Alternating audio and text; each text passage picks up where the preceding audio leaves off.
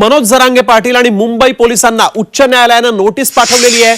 2 आठवड्यात आपलं म्हणणं मांडण्याचे आदेशही या ठिकाणी देण्यात आलेले आहेत। आंदोलनासंदर्भात पोलीस आणि राज्य शासन कायदा आणि सुव्यवस्था कशी राखणार आहे या संदर्भात माहिती देण्याचे आदेश देण्यात आलेले आहेत। आंदोलनासंदर्भात आपली भूमिका स्पष्ट करण्याचे आदेश देखील आता मुंबई हायकोर्टाने दिलेले आहेत। यावेळी एक महत्त्वाची बातमी, जरांगे आणि मुंबई पोलिसांना आता न्यायालयाने नोटीस बजावलेली आहे। मुंबई हायकोर्टाने ही नोटीस बजावलेली आहे।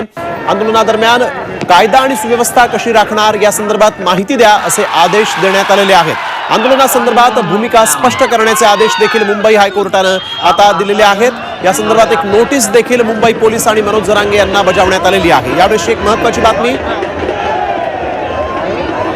सुधाकर कश्यप आमचे प्रतिनिधी यावेळेस आपल्याबरोबर फोन लाईन वरून जोडले गेलेले आहेत। सुधाकर कश्यप, आपण बघतोय की आता मनोज जरांगेंना देखील या ठिकाणी नोटीस पाठवण्यात आलेली आणि मुंबई पोलिसांना देखील कशा पद्धतीने आता या नोटीसला उत्तर देऊ शकतात? अमृत नोनी आर्थो प्लस, ये एक प्रूवन फॉर्मूला है। इसमें मौजूद नोनी फल के गुण और आयुर्वेदिक जड़ी बूटियां शरीर को जरूरी पोषक तत्व देने के साथ साथ हड्डियों और जोड़ों के घिसने, उनमें होने वाले सूजन और दर्द को रोकने में मदद करता है। दर्द मुक्त जीवन के लिए अमृत नोनी आर्थो प्लस। कारण उद्या 26 तारखेला मनोज जरांगे जे आहेत ते मुंबईत येत आहेत।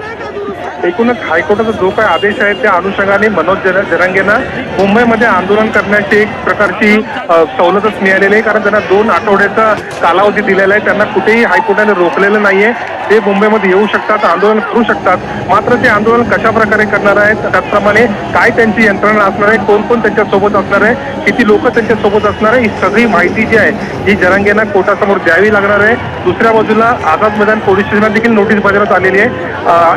हे सगळं आंदोलन जे ते आझाद मैदानमध्ये होणार आहे, त्याच्यामुळे त्या ठिकाणी मुंबई पोलिसांनी कशा पद्धतीने बंदोबस्त केलेला आहे, जी हजारोच्या संख्येने लाखोच्या संख्येचे लोक आले तर त्यांचं नियोजन काय केलेलं आहे, कशा प्रकारे बंदोबस्त असणार आहे, एकूणच या अनुषंगाने मुंबई पोलिसांना आपलं म्हणणं आता हायकोर्टात मांडायचं आहे। आणि सगळ्यात महत्त्वाचं म्हणजे राज्य सरकार पण या प्रकारामध्ये पार्टी होतं, त्याच्यामुळे राज्य सरकार ही संपूर्ण जबाबदारी जी आहे ही राज्य सरकारची असं कोर्टाने म्हटलेलं आहे। त्याच्यामुळे कायदा सुव्यवस्था राखण्याची जबाबदारी राज्य सरकारची असल्याने राज्य सरकारने याबाबतचं नियोजन करावं आणि त्याचं नियोजन काय आहे त्याच्याबद्दलची माहिती देखील कोर्टाला सादर करावी असे आदेश न्यायमूर्ती अजय गडकरी यांनी दिलेले आहेत। त्याच्यामुळे 2 आठवड्याचा कालावधी दिलेला आहे। 2 आठवड्यामध्ये तिघांना महत्त्वाचं आपलं म्हणणं जे आहे ते हायकोर्टासमोर मांडायचं आहे आणि दरम्यानच्या काळात जरांगे यांचं आंदोलन होणार आहे। बिलकुल, धन्यवाद सुधाकर आपण दिलेल्या सविस्तर माहितीसाठी। तर आपण बघतोय कायदा सुव्यवस्था कशी राखणार या संदर्भात आता नोटीस बजावण्यात आलेली आहे। या संदर्भातली माहिती कोर्टाला आता मनोज जरांगे आणि महाराष्ट्र शासन तसंच पोलिसांना कळवावी लागणार आहे।